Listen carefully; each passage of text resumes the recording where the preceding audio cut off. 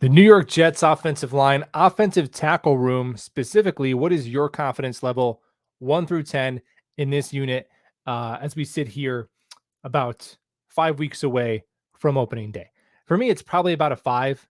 And am I panicking? Am I looking to make a panic move and trade for an overrated, overpaid Jonah Williams? No, I'm not there yet. I'm not actually looking to make any sort of move for a couple of weeks. There's a name I like, James Hurst, who I want to talk about in a second. But as far as the guys who are here, look, I'm not concerned about the Jets offensive tackle room because of reading training camp tweets or because of one preseason game. I've been That's been my most concerning area of the roster the whole offseason, and it will be until proven otherwise. And I haven't been proved otherwise in training camp tweets and in one preseason game. Mekhi Becton and Dwayne Brown, the two most talented tackles on the roster, are both battling back from injuries. Dwayne Brown's still on the pup.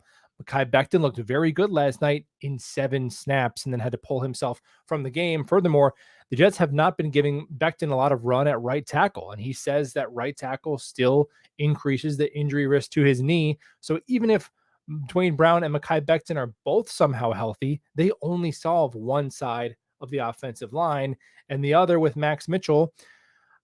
I just, based on the evidence that I have, and he could have a huge sophomore leap and be this awesome starting right tackle. That is totally in the cards for Max Mitchell. I'm not placing a ceiling on a kid who's played 7 games, but for the sample size I saw last year, just if you're looking at him as a starting right tackle on a good offensive line, I didn't see that. And then in the preseason game, he got most of the first half, and I think he was the most underwhelming player on the team that you could see potentially being a starter between him and Becton and Sherwood and Tippmann.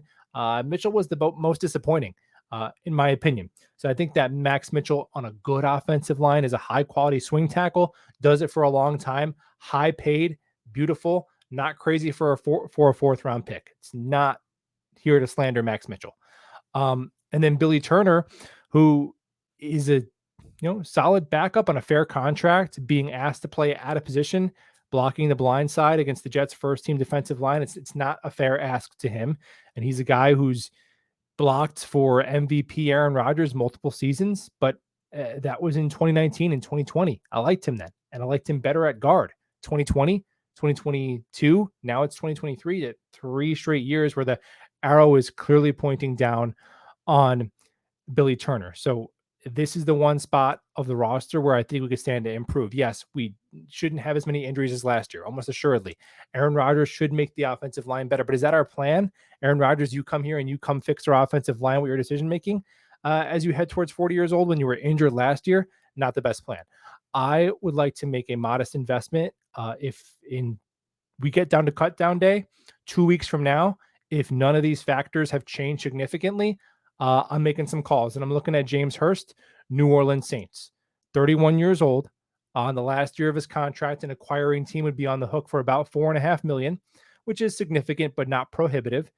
And I actually I tallied up the hits allowed, the sacks allowed, the penalties, the pressures allowed, the run blocking grade, which I know is subjective, on a per snap basis with Hurst last season starting for the Saints.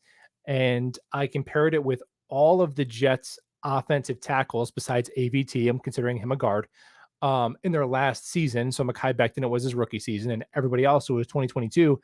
And I took the median score, and James Hurst was tied with Dwayne Brown with the best overall score analytically of all the Jets offensive tackles by a significant margin. He was twice as efficient as Billy Turner, and he projects to be a versatile backup offensive lineman for the Saints now that they have 2 first-round picks starting at tackle. He's played left tackle, he's played right tackle, he's played guard, basically an upgraded version of Billy Turner. And right now, of the offensive tackles who are healthy on this roster, if he comes to the Jets today, he is the best healthy offensive tackle we would have. He would.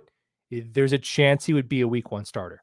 I actually saw Bleacher Report wrote up an article. This is where I got his name from, of suggesting one trade partner for every single team. And for the Jets, they suggested trading a 4th round pick next year for James Hurst. Now, a 4th rounder for a 1-year rental on a guy who isn't even guaranteed to be a starter, that seems a little bit rich. Max Mitchell and Carter Warren were fourth round picks. We wouldn't trade Max Mitchell or Warren straight up for Hurst, obviously, but a fifth, I'm considering it. I'm considering over investing in one spot, not a panic move.